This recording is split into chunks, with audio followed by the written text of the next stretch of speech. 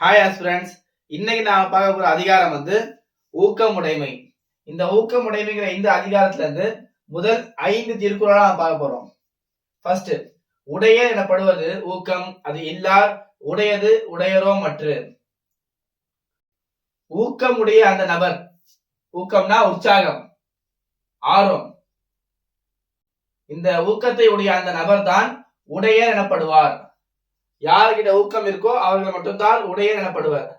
அது இல்லாதவங்க வேற எந்த பொருள் அவங்க கிட்ட இருந்தாலும், வேற எந்த பொருள் இருந்தாலும் உடையரோ மற்று அவர்களை உடையவர்னு சொல்ல முடியாது. உடையவர்னா பெற்று இருப்பவர். சோ ஊக்கம் இருந்தா மட்டும்தான் நான் உடையவர்னு சொல்ல முடியும். ஊக்கம் இல்லைன்னா அதுக்கு பதிலா வேற எந்த பொருள் இருந்தாலும் நான் உடையவர்னு சொல்ல முடியாதுன்னு சொல்றாங்க.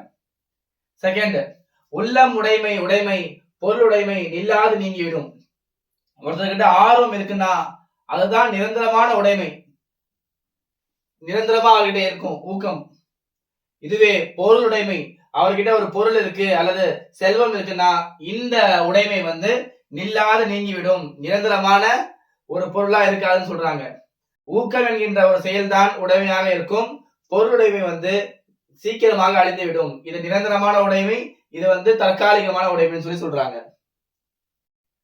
ஆக்கம் இழந்தேம் என்று அல்லாவார் ஊக்கம் ஒருவந்தம் கைத்துடையார். ஆக்கம்னா செல்வம்.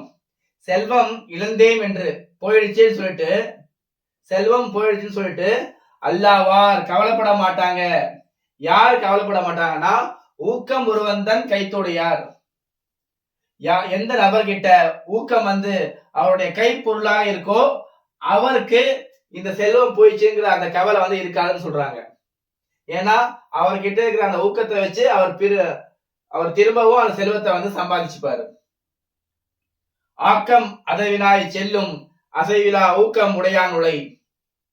ஆக்கம்னா செல்வம். செல்வம் அதவினாய் செல்லும்னா தானாக செல்லும். செல்வம் தானாக செல்லும். யார்கிட்டனா அசைவிலா. அசைவிலானா சோம்பேறித்தனம் இல்லாத. அசைவிலானா சோம்பேறித்தனம் இல்லாத. ஊக்கமுடையான், ஊக்கம் இருக்கிற நபர்களிடத்தில், உலைனா இடத்தில். ஆக்கம் தானாகவே சோம்பேறித்தனம் இல்லாமல் ஊக்கமுடைய நபர்களிடத்தில் செல்லும். வெள்ளத்து அணைய மலர் நீட்டம் மாந்தர்த்தம் உள்ளத்து அணையது உயர்வு. என்ன சொல்றாங்கன்னா தண்ணீருடைய அளவு அதுக்கு ஏத்த மாதிரிதான் தாமரை மலருடைய தன்னுடைய நீளமும் இருக்குமா. தண்ணி எவ்வளவுக்கு எவ்வளவு அதிகமா இருக்கோ அந்த அளவுக்கு உயர்ந்துகிட்டே போகும் தாமரை மலருடைய தன்னுடைய நீளம். அதே மாதிரி மாந்தர் தம் உள்ளத்து அணையது உயர்வு.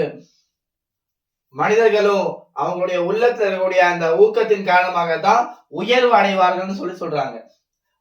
ஆக இதுதான் நாம இன்னைக்கு பார்த்த 5 குறள்கள்.